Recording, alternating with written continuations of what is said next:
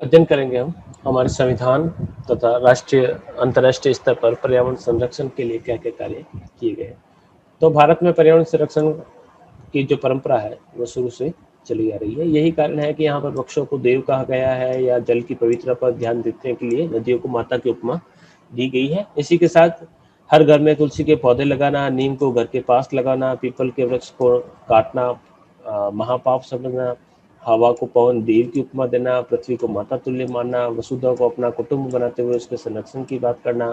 वेदों में प्रकृति रक्षिता रक्षिता, प्रकृति हमारी रक्षा करती है, इस प्रकार के जो सिद्धांत है वो हमेशा से हमारे संविधान के अंतर्गत हमारा जो वेद या जो साहित्य है वहाँ पर इस प्रकार की बातें हमेशा से चली आ रही।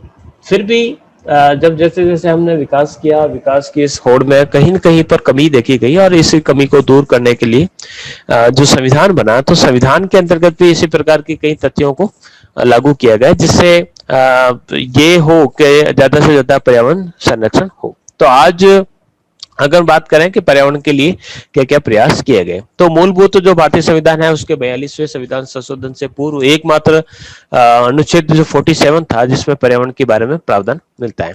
उसमें कहा गया कि राज्य अपने स्तर पर लोगों के जीवन स्तर, पोषण स्तर और स्वास्थ्य स्तर में सुधार करने के लिए उपाय करेगा तथा हानिकारक पदार्थों, मादक पदार्थों, हानिकारक औषधियों पर प्रतिषेध लगाने का कार्य करेगा। उसके बाद 1972 में स्टॉकहोम का जो सम्मेलन हुआ, तो इस पर वैश्विक जो पर्यावरण सम्मेलन हुआ उसके बाद भारत में 42वां संविधान संशोधन है उसमें कुछ प्रावधान किए गए। अनुच्छेद 48 क तथा 51 का जो मूल कर्तव्य है जोड़ा गया और इस प्रकार से भारत सरकार तथा नागरिकों का संविधान दायित्व बताया गया है।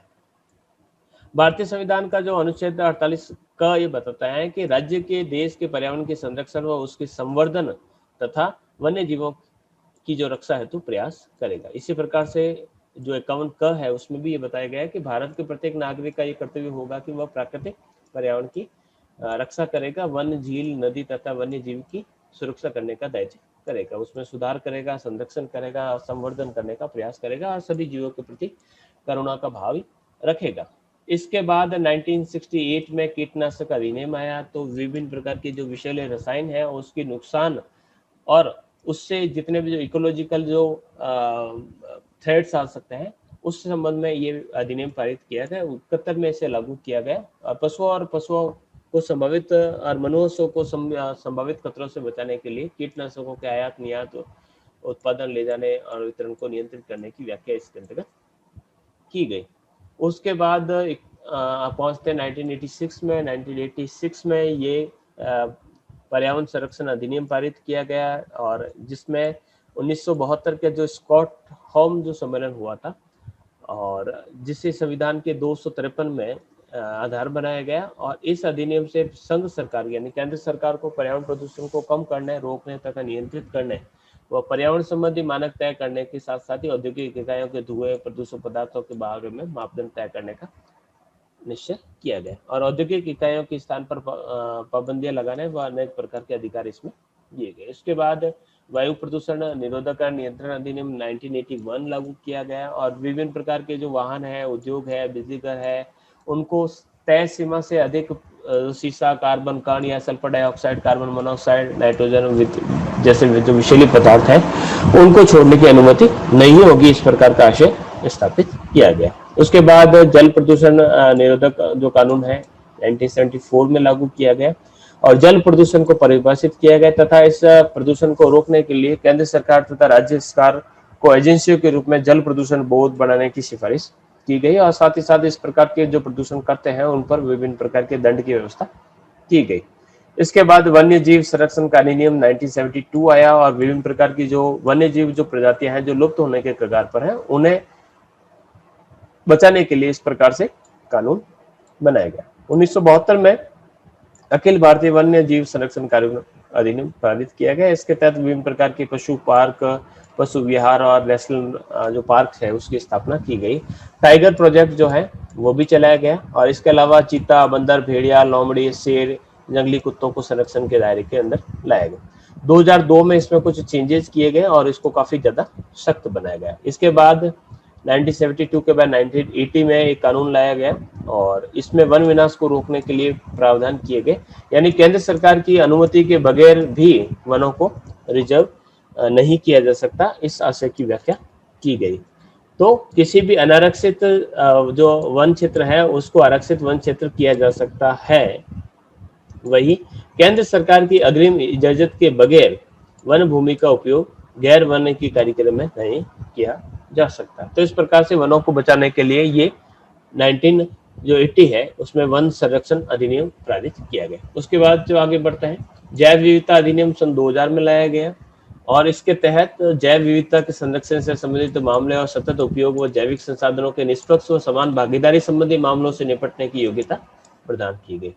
इसके बाद राष्ट्रीय हरित न्यायाधिकरण जो नेशनल ग्रीन ट्रिब्यूटरी जिसे एनजीटी कहा जाता है उसकी स्थापना की गई थी। एनजीटी का क्या योगदान रहता है, तो प्रदूषित वातावरण से बीमारी, विकलांगता, मृत्यु होने पर या व्यवसाय या संपत्ति को नुकसान पहुंचाने वाले किसी व्यक्ति को यहाँ पर दावा प्रस्तुत किया जा सकता है, उससे सहायता प्रदान की जा सकती है। पर्यावरण संबंधी हादसों के लिए, जानमाल के नुकसान के लिए फास्ट ट्रैक जो प्रणाली है उसके तहत मुआवजे का प्रावधान किया गया। तो इस प्रकार से जो पीड़ित पक्षकार है उसकी सहायता के लिए, उसकी जो क्षतिपूर्ति है उसके लिए इस प्रकार की व्यवस्था की गई।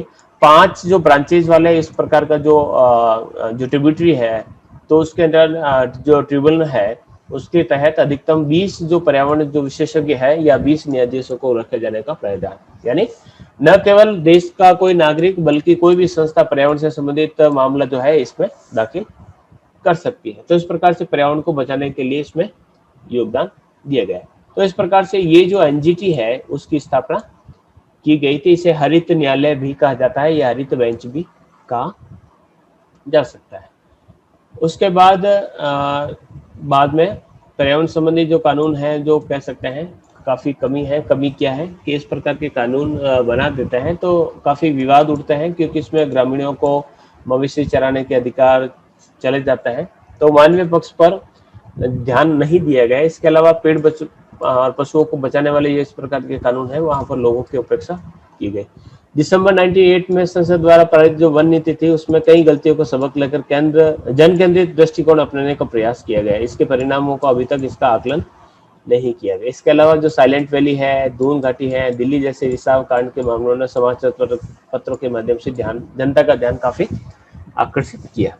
तो इसमें कई प्रकार के अड़ियल सूत्र है, प्रमाण पत्र से जुड़ाने से संबंधित जो नियम है, तो इस प्रकार की अनैतिक स्थिति होती है, तो इस प्रकार से कई प्रकार की समस्याएं भी उत्पन्न हुई। तो ये विभिन्न जो अधिनियम थे जिसके माध्यम से इस प्रकार से पर्यावरण को बचाने के विभिन्न कार्य किए गए। इसके अलावा कुछ ऑर्गेनाइजेशन है जैसे कि WWF है, जो नेचर फॉर WWF है, जो 1969 में इसका मुंबई में गठन किया गया है। दिल्ली में इसका अभी मुख्यालय है। इसके अलावा the Bombay natural history society, तो ये भी पर्यावरण संरक्षण से संबंधित कार्य करती है। Bharati Vidyapeeth institute of environment education and research, ये भी एक पुणे की संस्थान है जो विभिन्न प्रकार के डिप्लोमा और PhD के कार्य करवाती है। इसके अलावा विज्ञान और पर्यावरण केंद्र है, CPR इन्वायरमेंट सेंटर है, द सलीम अली जो बर्ड जो सेंचुरी है वो भी स्थापित की गई। तो ये कोलकाता में एक पक्षियों को बचाने के लिए कार्य। इसके अलावा the botanical survey of India है, तो 1890 से कोलकाता के रॉयल बॉटनिकल गार्डन में इसे स्थापित किया गया।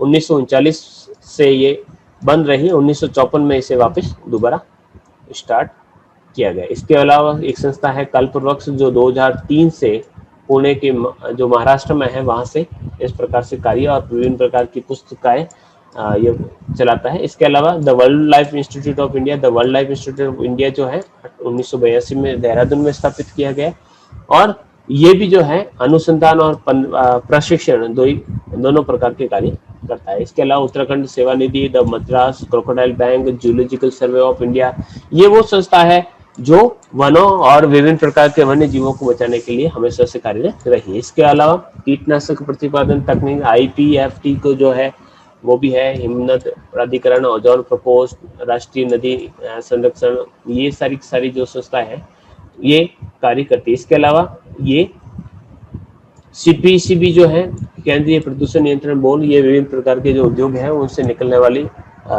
जो नदियों के अंदर जो अपशिष्ट है उसको निकालने पर प्रतिबंधित करता है। तो इस प्रकार से ये पूरे पूरे संगठन कार्यरत